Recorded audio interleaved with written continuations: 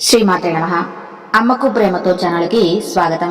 అందరికీ కూడా ఆ అమ్మవారి ఆశీస్సులు ఉండాలని మనస్ఫూర్తిగా తల్లిని వేడుకుంటూ, ఈరోజు మాఘమాసం సోమవారం పవిత్రమైనటువంటి ఈ కథను భక్తి శ్రద్ధలతో ఆలకించి పరమేశ్వరుని యొక్క అనుగ్రహం పొందండి. పూర్వం శ్వేతముని అనే ఒక మహాముని ఉండేవాడు. ఆయన అల్పాయుష్కుడు. ఆ విషయం తెలుసుకున్నటువంటి శ్వేతముని తనకు చిరంజీవి జీవితం కావాలని చెప్పి భావించి కొండ గుహలలో జీవిస్తూ అక్కడే ఒక శివలింగాన్ని ప్రతిష్ఠించుకుంటాడు. రుద్యాయంతో ప్రతినిత్యం కూడా ఆ లింగానికి పూజలు అభిషేకాలు చేస్తూ పరమేశ్వరుని భక్తి శ్రద్ధలతో ఆరాధించసాగాడు. అలా కొన్నాళ్ళు గడిచిన తర్వాత శ్వేతమునికి ఆయుష్ తీరిపోగా అక్కడకు యమధర్మరాజు వచ్చి యముని చూసినటువంటి శ్వేతముని ఏమాత్రం కూడా కొంచెం కూడా భయపడకుండా త్రయంబక మంత్రాన్ని నియమనిష్ఠగా జపిస్తూ మృత్యువు నన్నేమీ చేయలేదని చెప్పి ధైర్యంగా ఉంటాడు.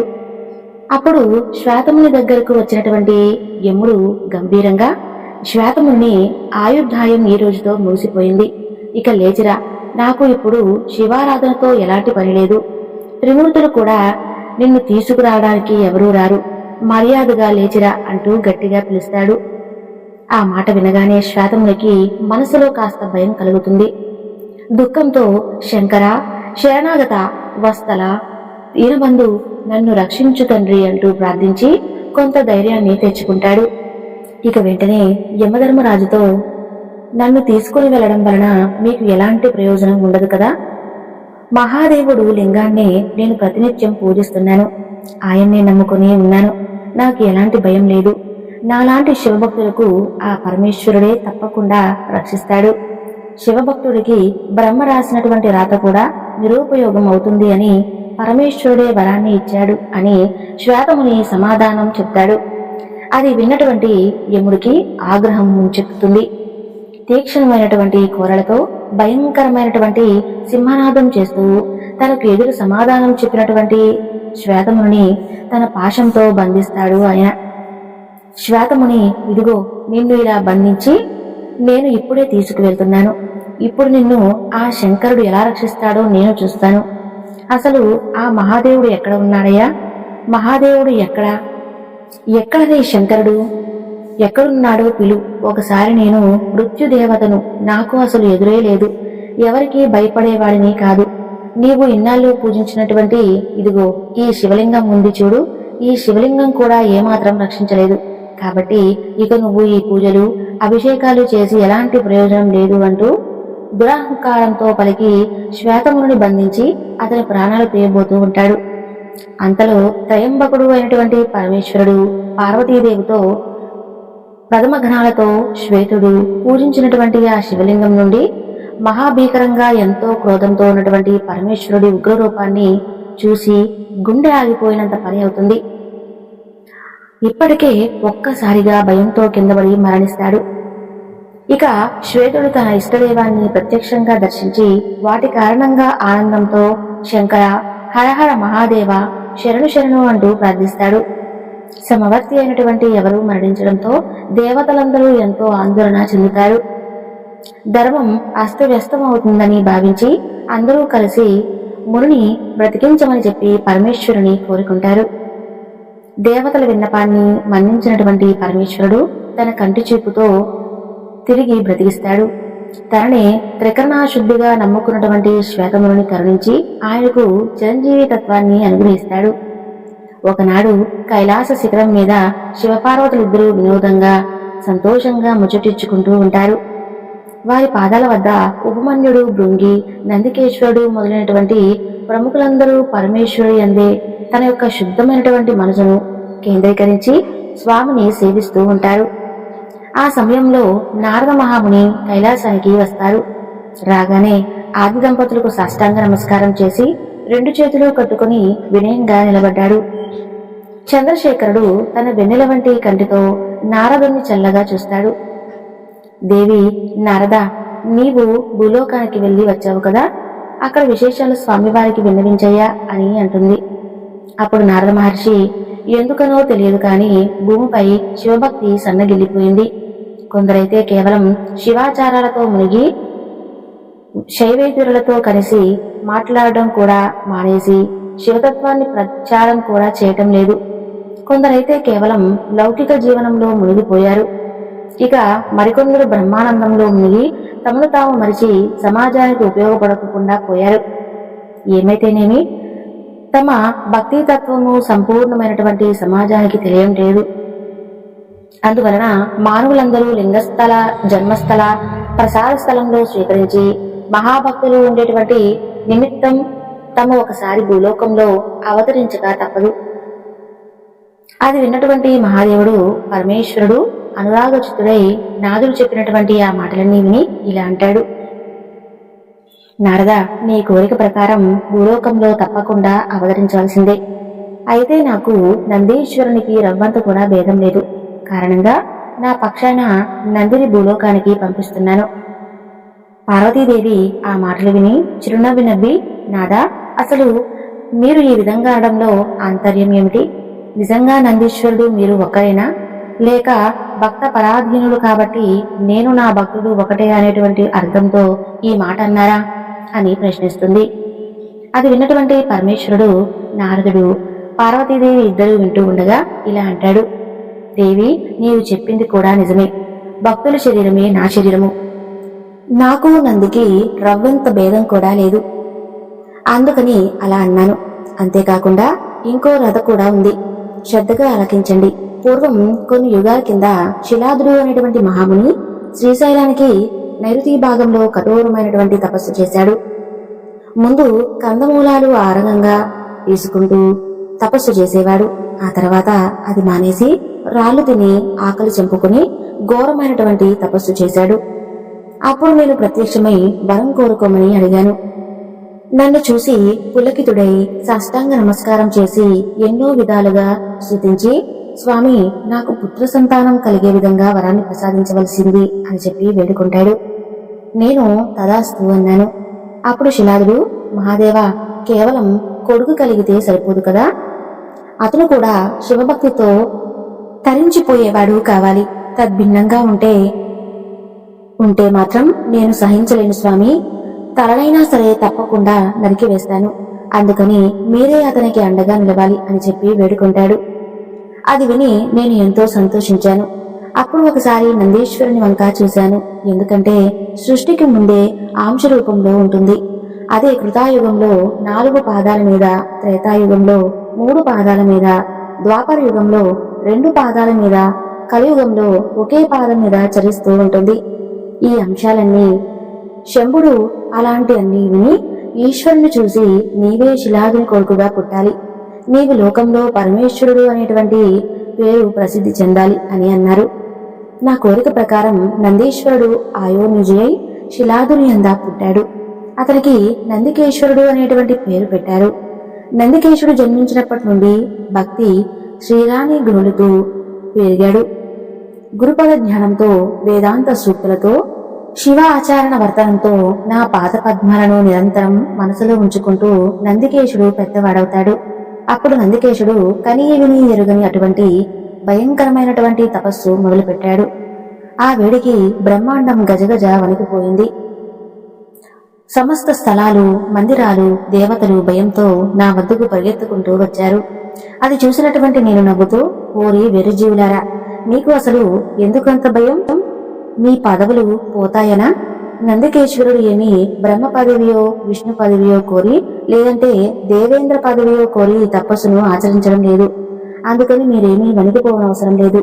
అతనికి నా భక్తి తప్ప వేరే ఎలాంటి కోరికలు లేవు.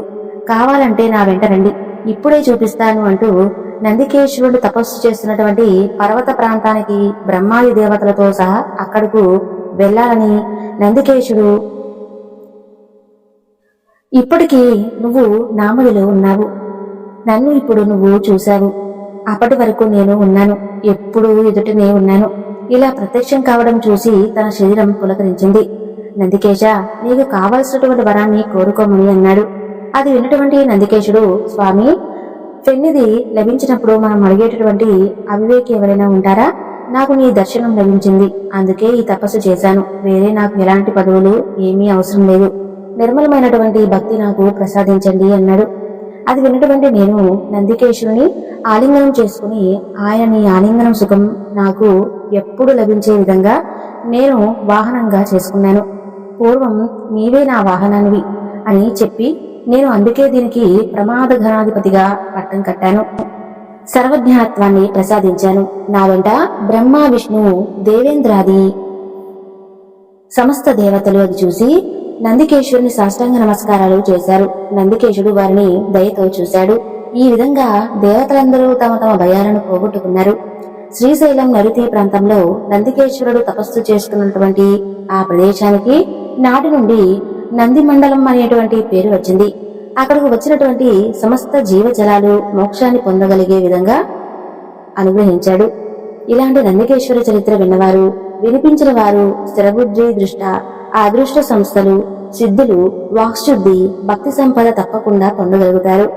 దేవి, ఇలాంటి నందీశ్వరుడు సాక్షాత్తు నేనే అంటూ పరమేశ్వరుడు నారదుడికి పార్వతులకు వినగా ఈ విధంగా చెప్పాడు.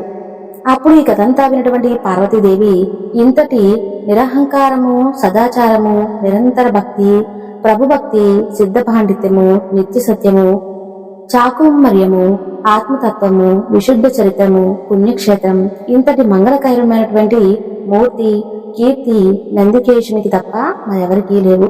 అందుకే నందీశ్వరునికి తప్ప మరి ఇంకెవరికీ లేనటువంటి శక్తి కూడా లేదు. స్వామి, ఇతను సాక్షాత్తు మీరే అంటూ పరమేశ్వరునితో చెబుతుంది. నవనాథ నందికేశుని గణత అంటూ పరమేశ్వరుడు నారదునితో అంటాడు. ఇలా పరమేశ్వరుడు యథార్థ చిత్రంలో మునకులైనటువంటి నందికేశుడు భయము, సిగ్గు, సంతోషం, వెళ్లి విరిసేటటువంటి చూపులతో తనకు ఆవరణ ప్రాయంగాలుగా కాగా శరీరం పులకించి కంటి వెంట ఆనంద బాష్పాలు రాలుతుండగా పరమేశ్వరుని శరణొచ్చి చేతులు జోడించి తలపై పెట్టుకుని పరమేశ్వరుడు ఈశ్వరుణ్ణి కొనియాడాడు. అప్పుడు అంబిక దేవుడు నందికేశుడి దగ్గరకు తీసుకుని ప్రేమతో ఇలా అంటాడు. నందికేశ, నీకు నా తత్వాన్ని గురించి లోగడ ప్రబోధించారు కదా. పార్వతీదేవి కన్నా నా గురించి నీకే ఎక్కువ తెలుసు. అందుకే నీకు సర్వజ్ఞులు అనేటువంటి పేరు పెట్టాను. ఈ తత్వం వేద స్మృతులకు మూలం ఇదే, ధర్మశీలం ఇదే, విమాలచార తత్వసారం, స్నేహతత్వం దీనివలనే కృతార్థత్వం పొందవచ్చు. ఇదే పదం నా భక్తి తత్వం వలనే భూలోకంలో ప్రచారం చెందవలసి ఉంటుంది. అందువలన నీవు మానవ లోకానికి వెళ్ళవలసి ఉంది. అక్కడ ద్వితీయ శంభుడు అనేటువంటి పేరుతో నీవు ప్రసిద్ధి చెందాలి. లోక శ్రేయస్సు కొరకు, భక్తి శ్రేయస్సు కొరకు మా కోరిక నెరవేరే విధంగా నీవు మానవ రూపంలో కూడి పావనం చేయడమై బసవ అనేటువంటి పేరుతో నందికేశుడు పేరు మారుతుంది. ఆ మాటలన్నీ ఆలకించి ఇలా అంటాడు. స్వామి, మీ ఆజ్ఞ ఎలాంటిదైనా సరే శివసాహించి నేను తప్పకుండా చేస్తాను. దానికి ఇంత దూరం చెప్పాలా?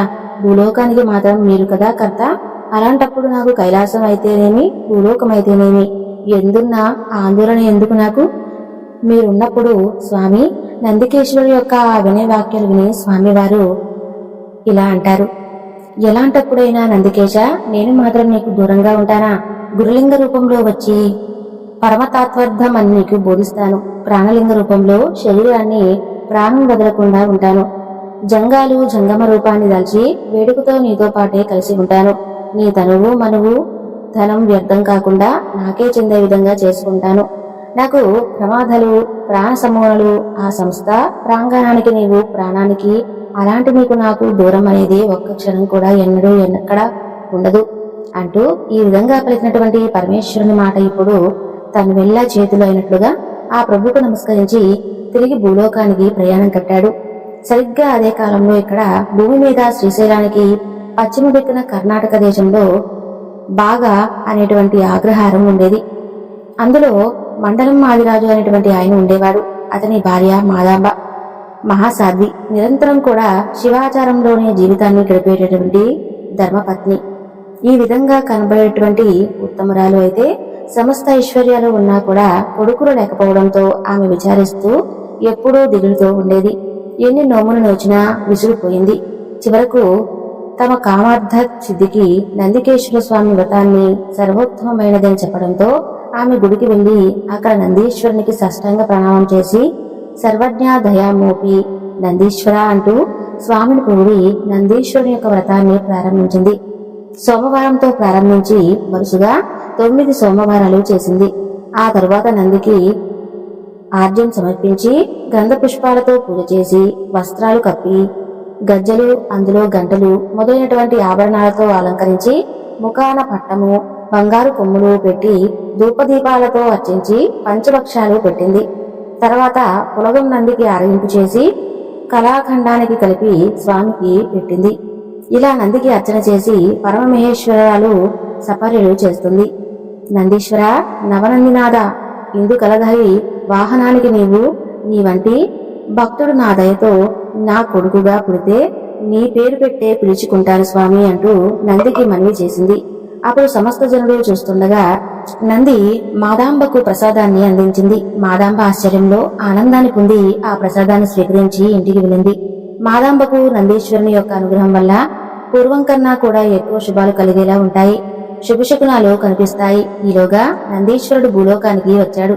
వచ్చి మాదాంబ విధానమంతా గమనిస్తాడు. నేను వస్తున్నటువంటి పనికి చక్కగా అనుగుణంగానే మాదాంబకు కొడుకు కావాలని చెప్పి కోరుకుంది. ఆహా, ఏంటి చిత్రం! తలచినటువంటి పనికి తగినటువంటి అవకాశం లభించింది. ఏమనుకోని నందికేశుడు మాదాంబ గర్భంలోకి ప్రవేశిస్తాడు. తక్షణమే మాదాంబ గర్భచిహ్నాలు కనిపిస్తాయి. అమృతాంశుడైనటువంటి పుత్రుడు మాదాంబ గర్భాన ప్రవేశిస్తాడు. అలా క్రమంగా ఆమెకు 9 నెలలు నిండుతాయి. అయితే లోపల ఉన్నటువంటి నందీశ్వరుడు మాదాంబ గర్భకుహరంతో సమాధి స్థితిలో అర్ధ పద్మనాసనంతో శుద్ధాత్ముడై ఉండిపోతాడు. ఇదేమిటి, ఎంతకు కూడా గర్భస్థ శిశువు భూమి మీదకు రావటం లేదు, అలాంటిది పూర్వం ఎప్పుడైనా విన్నామా కన్నామా అంటూ మిత్రులు, శత్రువులు అందరూ భయపడి పారిపోతూ ఉండేవారు. అయితే శిశువు మాత్రం కుండయుగస్థుడై నిరంతర శివధ్యాన తత్పరుడై 3 సంవత్సరాల పాటు మాతృమూర్తి గర్భంలోనే ఉండిపోయాడు. అప్పుడు మాదాంబ ఆ గర్భం తీసుకుని మోయలేక దిగులుతో అందుకే గుడికి వెళ్లి, లోకంలో అసలు ఎవరైనా 9 నెలల కంటే ఎక్కువ గర్భం దాల్చరు కదా స్వామి, 3 ఏళ్లైపోయింది. దుర్భరమైనటువంటి ఈ గర్భం నాకు కర్కటి గర్భంగా మారిపోయింది. చాలు చాలు, నీ వివరాలు నీ నాటకాలు చాలయ్యా, నాకీ గర్భం వద్దు, ఏమీ వద్దు అంటూ ఎంతో దిగులతో విన్నవించుకుంటుంది. మాదాంబ తిరిగి గృహానికి వచ్చి పడుకోగానే ఆమెకు ఒక కల వస్తుంది.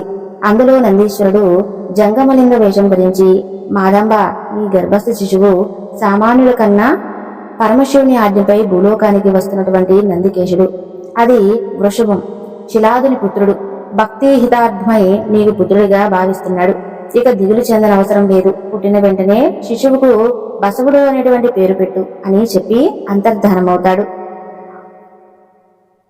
మాదాంబ మేలుకొని వచ్చినటువంటి కలను తలుచుకుని, ఆహా, సాక్షాత్తు నందికేశుడే స్వప్నంలో ప్రత్యక్షమయ్యాడు, నా జన్మ ధన్యమైంది అంటూ పరమానందపడుతుంది. బంధుమిత్రులు అందరూ కూడా అది విని ఆశ్చర్యపోతారు.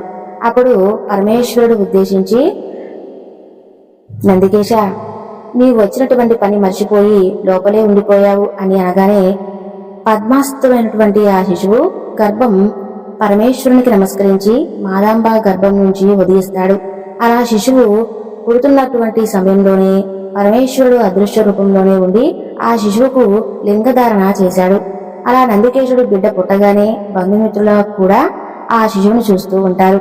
అప్పుడు ఆ బసవుడు రుద్రాక్షలు ధరించి రాగి కుండలాలతో కుండరీకతో ఒక చేత యోగదండము, మరో చేత్తో గొడుగు ధరించి పరమేశ్వరుడి తపస్వి వేషంలో ఆ గదిలోకి ప్రవేశించి మాధవను ఆశీర్వదించాడు.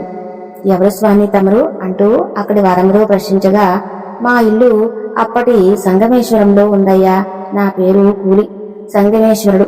వెనుకటి జన్మలో ఈ శిశువు నాకు కొడుకే, లోకహితార్థమై ఇప్పుడు ఇక్కడ జన్మిస్తాడు, అందుకని ఒకసారి చూద్దామని వచ్చాను. ఇక నుండి ఈ శిశువుకు నేనే గురువు. మాదాంబ, ఈ బిడ్డను లింగార్పితం కానటువంటి ప్రసాదం ఎప్పుడూ తినిపించకూడదు, ఇదే నా ఆజ్ఞ అని చెప్పి తపస్వి కూడా అదృశ్యమవుతాడు. అప్పుడు పురుడి గది 1000 సూర్యులు వెలిగినట్టుగా వెలిగిపోతుంది. పొత్తిళ్లలో ఉన్నటువంటి ఆ శివుడు దివ్యమైనటువంటి తేజస్సుతో దగదగా వెలిగిపోతుంటాడు.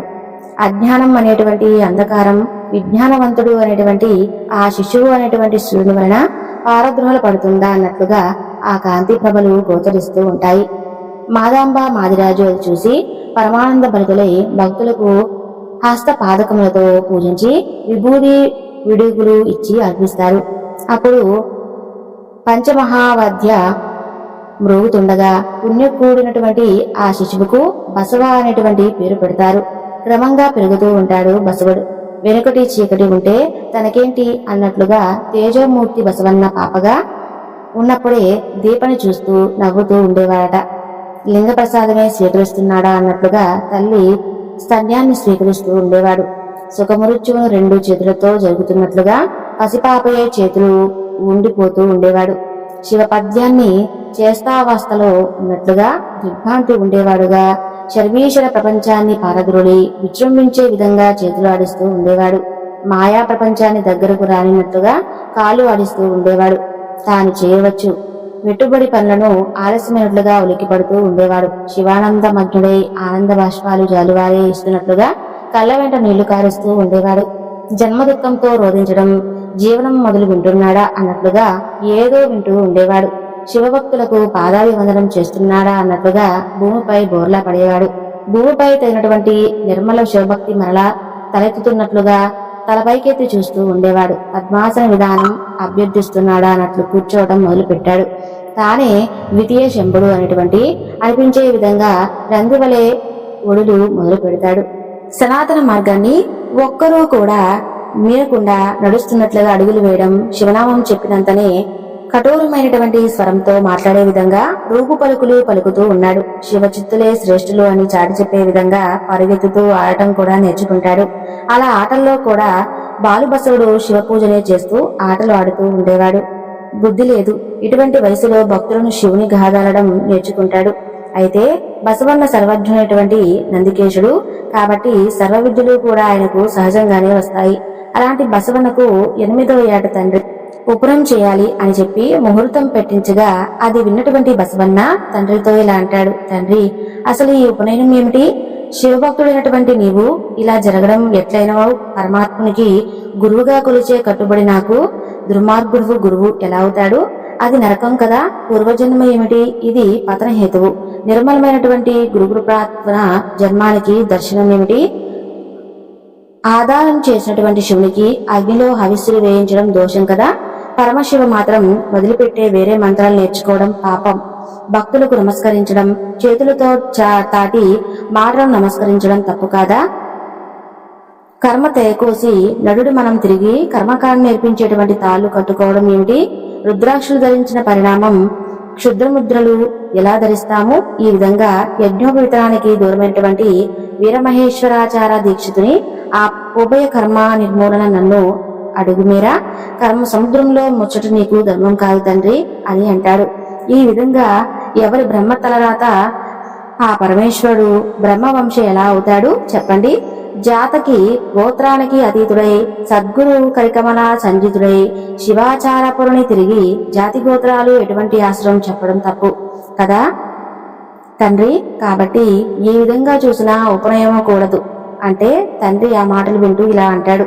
రామ మార్గంలో ఆగమ పద్ధతిలో షోడశ సంస్కారాలు ఉన్నాయి. అందులో ఒకటైన గర్భ సంస్కారంతో ప్రారంభమై సగటు అయినటువంటి 16 సంస్కారాల్లో మనం ఏదైనా సంస్కారాన్ని స్వీకరించకపోయినట్లయితే ఉత్తమ కులానికి చెందిన వారం కాకుండా పోతాం.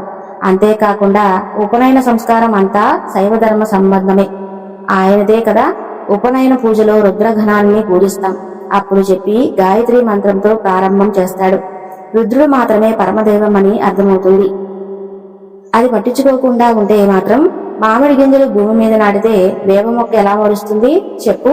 కాబట్టి ప్రాణపదము బాహుదేవత సేవలో కూడింది. కాబట్టి మేము ఎందుకు ఒప్పుకొని తీరాల్సింది అని అంటాడు. ఆ మాటలు విన్నటువంటి బసవుడు, మీరసలు తల్లిదండ్రులైతే మీరు మీ ఇష్టం వచ్చినట్లు చేసుకోండి, నాకు తోచినట్లుగా నేను కూడా ఉంటానంటూ బసవన్న తండ్రితో చెప్పి సోదరి నాగమాంబతో సహా ఆ ఇల్లు విడిచి వెళ్లిపోతాడు. ఇదెక్కడి వింత అమ్మా అంటూ జనులందరూ ఆశ్చర్యపడుతూ ఉండగా బసవుడు శివుడి సన్నిధిలో గుడిలో ఉంటూ ఉండేవాడు. అలా కొంతకాలం గడిచిపోయింది. బసవుడుకు ఉపనయనమని ప్రకటించినప్పుడు చాలా మంది బంధువులు మాదిరాజు ఇంటికి వస్తారు. అందులో బలదేవుడు కూడా ఉంటాడు. దేవుడు మాదాంబకు సోదరుడు, ప్రభు అయినటువంటి బిజ్జలునికి దండనాయకుడు ఆయన. బసవేశ్వరుని యొక్క భక్తిని చూసి పరమానందపడతాడు. అలాంటి శివభక్తునికి నా కుమార్తెనిచ్చి పెళ్లి చేస్తాను, కానీ భవికి ఇవ్వమను అని చెప్పి నిశ్చయించుకుంటాడు. అలా అనుకుని బసవ కుమారుడు నివసించినటువంటి ప్రదేశానికి వెళ్లి, ఓ మహేశ్వర, బసవా, నా కుమార్తెను నీవు భార్యగా స్వీకరించి కరుణించివయ్యా అంటూ ప్రార్థిస్తాడు. బసవ కుమారుడు బలదేవుని యొక్క కోరికను మన్నిస్తాడు. బసవన్న సంగమేశ్వరానికి చేరుకుంటాడు. ఆ పుణ్యస్థలానికి వందనం బాచిపించి గురుస్థానంలో నగర ప్రవేశం చేస్తాడు. ఈ విధంగా వారి యొక్క ఆలయాల్లోనే ఉంటూ కాలం గడుపుతూ ఉండేవారు. బసవన్న ఇదే బసవ పురాణంలో బసవుని యొక్క వృత్తాంతం.